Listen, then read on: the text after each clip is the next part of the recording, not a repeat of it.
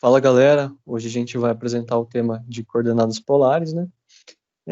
Nós somos a segunda turma de Engenharia Mecânica e o nosso curso é Cálculo 3, né? Ministrado pelo professor Vinícius Daré.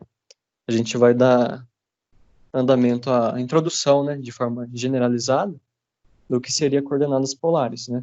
Então vamos lá. Na verdade, o que é coordenada polar?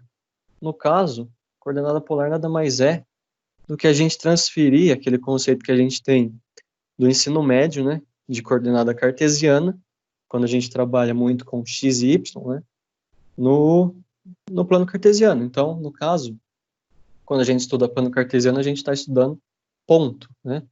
A gente pega um ponto no plano e traça essa localização. No caso da coordenada polar, a gente já inverte esse processo. A gente trabalha com ângulo em um determinado segmento de reta, né, que é o caso desse pequeno esboço aqui, esse gráfico. A gente está trabalhando com ângulo em um segmento de reta. Então, essa é a grande diferença, né? Mas perguntar assim, né? Por que que a gente utiliza a coordenada polar? Bom, a coordenada polar nada mais é uma utilização, assim, na maior parte, na área da tecnologia, né? Citando alguns exemplos, por exemplo, na parte da robótica, né?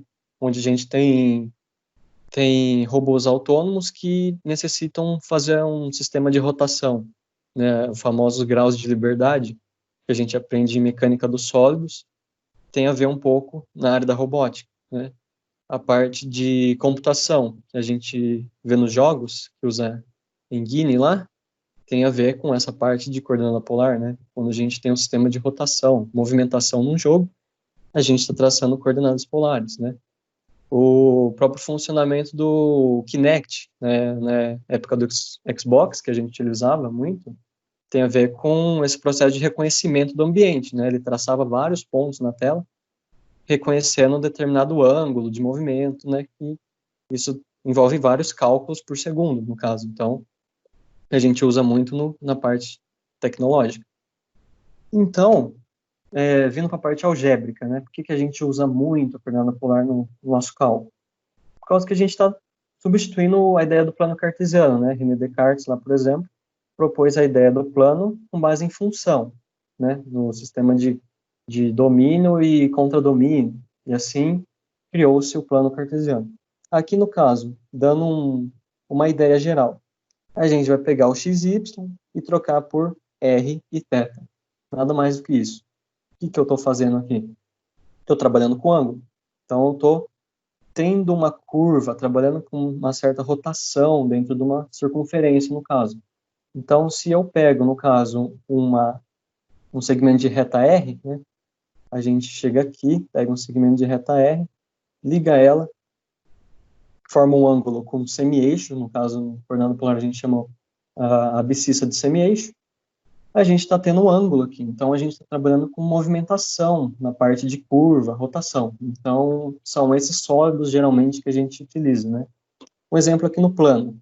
A gente tem coordenada cartesiana 1 e 0, coordenada polar, assim, vai ser 1 e 0. O que é esse 1 nosso? É meu segmento de reta. Então, ele tem a unidade de medida 1. E quem que é meu lado direito? Meu ângulo. Perceba que eu não tenho nenhum ângulo formado aqui. Então, seria 0 graus, né? Então, a gente estaria nesse pedaço do plano. Segundo exemplo, 0 e 2. 0 e 2 a gente estaria aqui em cima, né? No plano cartesiano. Coordenada polar, a gente vai ter o quê? Medida 2, né? De tamanho de segmento de reta. E o π sobre 2 é nosso grau, 90 graus. Dado que ele está em radiano aqui. Então, é muito comum trabalhar com radianos, né? A gente não utiliza muito a parte de graus para representar, mas é possível também. Então, esse 2 estaria no nosso 90 graus, né? Dado o estudo de círculo trigonométrico. Esse 2 vocês vão ver mais para frente porque que ele aparece aqui. Não seria o 2 aqui, né? Daqui, mas em sim do teorema de Pitágoras. Esse outro exemplo, menos 3, 0, estaria aqui no plano cartesiano, mas visto que o menos 3 fica aqui, então ele está em 180 graus. 180 graus para a gente, o estudo é π, equivale a π, né? Então, é isso, o nosso exemplo de coordenada polar. Avançando um pouco, né? Quando a gente trata de representação, né, o que as denominações do ponto, né? os nomes que a gente vê aparecendo. O P, por exemplo, é o nosso ponto, né? Se a gente quer um determinado segmento de reta com um ângulo, a gente vai falar P ou A, abre parênteses, R θ. Depende de onde você quer trabalhar, né? O exercício pode dar algum segmento de reta com determinado ângulo no segundo quadrante e outro no quarto. E assim vai. Então, são representações do ponto. O nosso O nada mais é chamado de polo, também chamado de origem, é o início do nosso segmento de reta, né? Geralmente corresponde ao nosso 0, 0 no plano cartesiano. O que mais? O R, distância da origem O ao ponto P, nada mais é do que o nosso segmento de reta, né? A gente já destacou antes, que seria o nosso primeiro termo lá na coordenada. E o nosso θ é o ângulo formado, né? Entre o segmento de reta X e o nosso segmento de reta R, né? O segmento OP, no caso aqui na representação. Dando destaque aqui, né? Orientação. O que seria isso? Nosso θ maior que zero. Quando a gente aumenta o valor do ângulo, a gente está andando em sentido anti-horário, né? Como a gente percebe lá no círculo trigonométrico, a gente sai de 0 graus e dá uma volta completa até chegar no mesmo local, atingindo 360 graus. O inverso seria o quê? Diminuir os graus aqui, né? Se eu diminuo o meu θ, eu estou andando no sentido horário, porque eu começo em 360, ando em sentido horário, eu estou baixando para 270, 180, 90, dados. É como se eu estivesse regredindo, né, no caso aqui, a minha rotação. Então, avançando mais um pouco, né, falando assim sobre trigonometria, relações entre coordenadas, né, cartesianas e polares. No caso, que eu já falei no começo, a gente não vai tratar essa parte de x e y aqui na coordenada polar. A gente vai trabalhar com ângulo. Quando a gente trabalha com ângulo, a gente pensa em trigonometria, é óbvio. Então, a gente vai ter que fazer o que aqui? Transformar esses dois termos em função de algum ângulo. Então, a gente vai recorrer à trigonometria. No caso, esboçando um pouco melhor isso. De onde chega esse x aqui? A gente pega, por exemplo, aqui, ó, a ideia de... Aqui a gente tem um triângulo retângulo, certo? Então, praticamente, a gente vai fazer o x e y, dependendo do que você quer, cosseno ou seno, né? No caso do x, eu quero o cateto adjacente, então vai ser meu cosseno de θ, né? Cosseno de θ vai ter que ser o meu x dividido por r, nada mais do que isso. Então, passando o r para o outro lado, eu vou ter x igual r cosseno de θ, certo? Então, a gente substitui o termo x para um ângulo. Então, beleza. A gente faz para o y a mesma coisa, só invertendo que aqui é seno, certo? Então, seguinte, avançando aqui, caso 2, o que seria o nosso caso 2? Quando a gente quer descobrir o valor dessa reta, a gente trabalha com Pitágoras, né? Que é um triângulo retângulo, então a gente vai trabalhar com Pitágoras, né? Destacando os dois termos ao quadrado aqui, na soma deles, né? A gente extrai a raiz desses dois termos e encontramos o valor do segmento de reta R. Então, beleza, achamos o valor do segmento de reta. E a tangente de θ, porque a gente usa a tangente de θ para achar o ângulo, né? A gente sabe que x e y são termos fáceis de serem encontrados, então a gente usa a tangente para achar o valor do ângulo, né? No caso, o arco tangente para achar o ângulo e a tangente do ângulo. Então, assim, a gente consegue achar de forma facilitada o valor do nosso ângulo aqui. E então, é isso. Coordenada também aqui, ó, consiste na distância, que a gente já falou, o R, e o ângulo geralmente vai estar em radianos. Enfim, um exemplo aqui, para a gente ilustrar legal, fazer os dois, três primeiros aqui. Então, marca os pontos cujas coordenadas polares são, né? O nosso ponto A3 e π, por exemplo, ele estaria no nosso segundo quadrante, certo? Por quê? O 3, a gente tem a unidade de medida da reta, do nosso segmento de reta, e π, por que π estaria aqui? Porque o nosso π equivale a 180 graus, né? A gente anda no sentido anti-horário no círculo trigonométrico, e a gente vem parar aqui. Segundo caso, por exemplo, π sobre 4 corresponde a 45 graus. Então, o nosso B era para estar aqui no primeiro quadrante, certo? Mas perceba que o menos 2 aqui, ele está com sinal negativo. Então, o que acontece quando eu tenho um negativo aqui no meu segmento de reta? Sinal que eu inverti o sentido dela. Sendo que ela parece estar aqui no primeiro quadrante, ela passa a ficar aqui no terceiro. Então, nada mais do que isso. É uma representação diferente, mas que corresponde ao mesmo valor do segmento de reta, com o mesmo ângulo. Então, nada muda. O nosso termo C, menos 3π sobre 4 seria a parte de 135 graus. Então, seria para a gente estar aqui, né? Como está menos, então eu estou regredindo meus graus, estou andando 360 para baixo, então seria para ele estar aqui, com esse ângulo, né? Mas no caso, ele está aqui no primeiro quadrante. Por quê? Porque ele tem um sinal negativo no segmento de reta.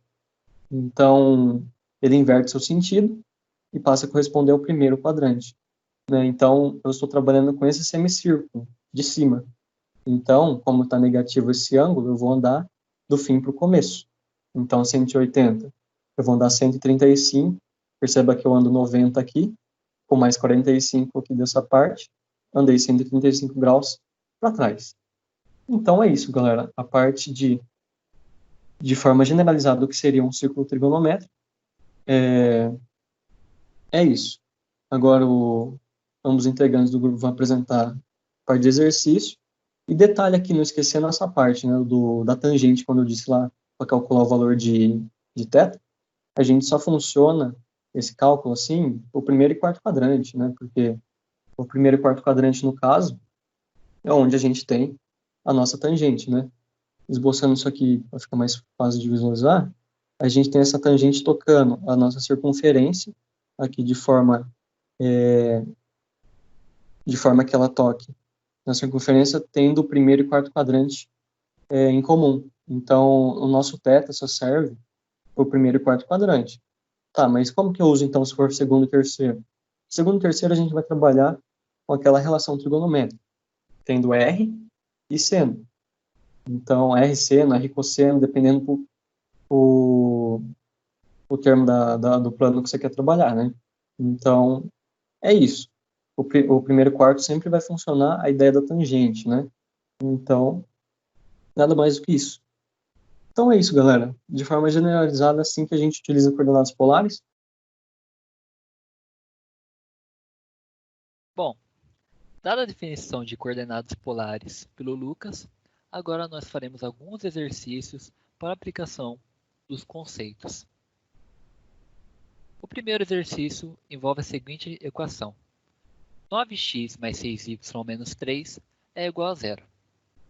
Essa equação ela está em função de coordenadas cartesianas, então é necessário que nós transformemos elas em coordenadas polares. Para fazer isso, nós precisamos lembrar da definição. X também é igual a r vezes cosseno de θ, e y é igual a r vezes seno de θ. Dito isto, nós agora podemos substituir o valor de x e o valor de y por essas novas coordenadas, por esses novos valores, que fazem parte dos valores das coordenadas polares. Então, nós teremos a seguinte substituição: 9 vezes x, que é r cosseno de θ,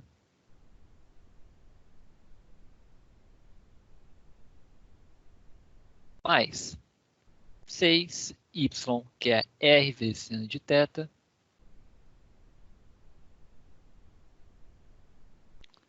que é igual a 3. Esse 3 vai passar para o outro lado da igualdade.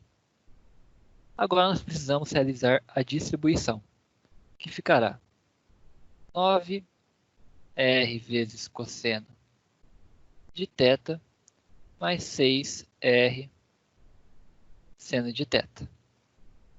Tudo isso é igual a 3. Como nós temos duas incógnitas, a gente precisa colocar uma em função da outra. Neste caso, eu colocarei o r. Como aqui nós temos tanto o 9 quanto o 6 que são divisíveis por 3, nós podemos colocar 3R em evidência, que ficará 3R vezes 3 cosseno de θ mais 2 seno de θ, tudo isso é igual a 3. Agora nós podemos passar toda essa expressão dividindo, que ficará R é igual a 3 sobre 3 cosseno, então 3 aqui, 3 cosseno de θ, deixa eu escrever aqui que ficou 3 cosseno de θ mais 2 seno de θ. Por fim, nós podemos cortar esse 3 com esse 3 e teremos assim a equação que relaciona R em função de θ da seguinte forma: 1 sobre 3 cosseno de θ mais 2 seno de θ em coordenadas polares. Agora nós passaremos para o exercício 2, que ele dá as coordenadas agora em coordenadas polares. Neste caso, nós teremos que fazer a conversão inversa. Em vez de converter de cartesiana para coordenada polar, nós vamos converter de coordenada polar para coordenada cartesiana. E como nós podemos fazer isso? R pode ser escrito de outra forma pela definição dada pelo Lucas. R vai ser igual a raiz de x ao quadrado mais y ao quadrado. Porém, esta equação ela relaciona o R com o expoente ao quadrado. Ou seja, nós teremos aqui que elevar ele ao quadrado também para podermos resolver esta equação. Então, R ao quadrado vai ser igual a x ao quadrado mais y ao quadrado. Feito isso, agora a gente pode substituir esse valor de R na equação 2, que ficará da seguinte maneira: 1/3 de π vezes x ao quadrado mais y ao quadrado mais 16π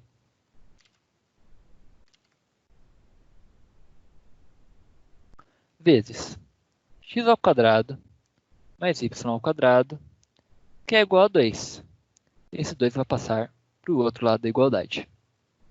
Feito isso, nós precisamos realizar a distribuição, que ficará da seguinte maneira: 1 sobre 3 π vezes x ao quadrado mais 1/3 de π vezes y ao quadrado mais 16 π vezes x ao quadrado mais 16 y ao quadrado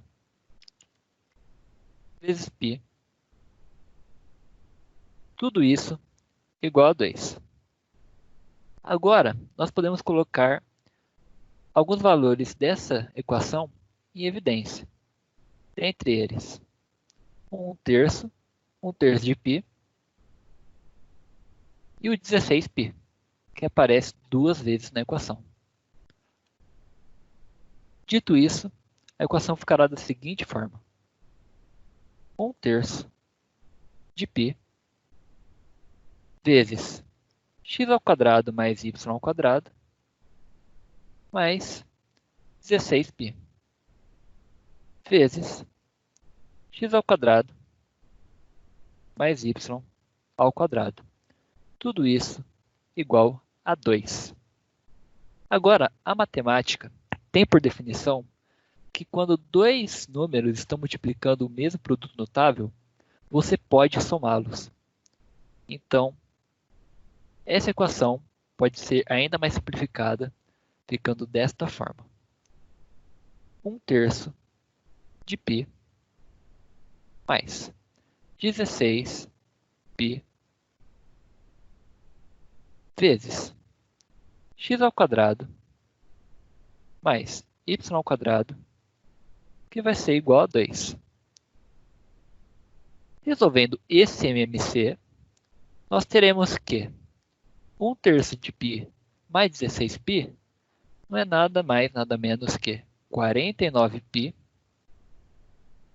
sobre 3 vezes x ao quadrado mais y ao quadrado. Tudo isso igual a 2. Por fim, nós teremos que passar esses valores aqui para o outro lado da equação, deixando só os produtos cartesianos isolados de um lado da equação. Dito isso, a equação finalmente ficará da seguinte forma: x ao quadrado mais y ao quadrado vai ser igual a 3 vezes 2, que é igual a 6, dividido por 49π, dando assim finalidade à equação que relaciona as coordenadas cartesianas. E aqui uma curiosidade, isso aqui denota a circunferência, a função da circunferência. Agora, por fim, nós temos o último exercício, que ele é semelhante ao primeiro exercício. A única diferença dele para o primeiro é que agora ele tem os valores elevados ao quadrado, com expoente 2. Ou seja, as relações elas vão mudar um pouco. O x, que antes era r vezes cosseno de θ, e o y, que antes era r vezes seno de θ, agora ficarão x ao quadrado vai ser igual a r ao quadrado cosseno ao quadrado de θ, e y ao quadrado vai ser igual a y ao quadrado vezes seno ao quadrado de θ. Agora nós podemos substituir esses valores na função. Deste jeito, ficará aqui 4x ao quadrado, na realidade, é igual a 4 vezes r ao quadrado vezes cosseno ao quadrado de θ menos y ao quadrado. Y ao quadrado vai ser igual a r ao quadrado vezes seno ao quadrado de θ, e isso tudo vai ser igual a 5 vezes x. X ainda tem o seu valor, que é igual a r vezes cosseno de θ.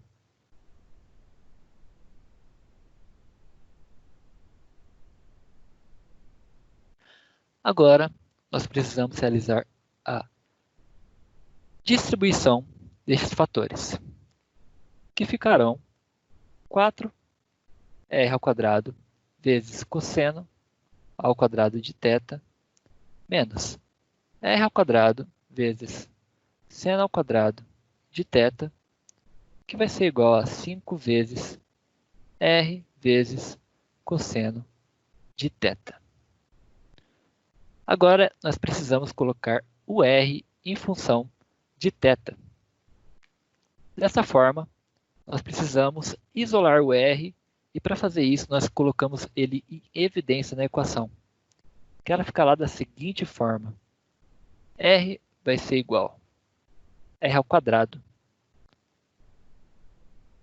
r vezes 4 vezes cosseno ao quadrado de θ menos seno ao quadrado de θ, que vai ser igual a 5 r cosseno de θ. Como nós temos r nos dois lados da equação, nós podemos cortar este expoente ao quadrado com o r que estava no outro lado da equação, resultando assim na seguinte equação: r vezes 4 vezes cosseno ao quadrado de θ menos seno ao quadrado de θ. Isso tudo vai ser igual a 5 cosseno de θ. Para finalizar, nós só precisamos isolar o r da equação. Para fazer isso, nós passamos esta expressão para o outro lado dividindo. Por fim, nós temos então que r vai ser igual a 5 vezes cosseno de θ sobre 4 cosseno ao quadrado de θ menos seno ao quadrado de θ. Dando finalidade assim aos exercícios propostos de coordenadas polares. Obrigado pela atenção.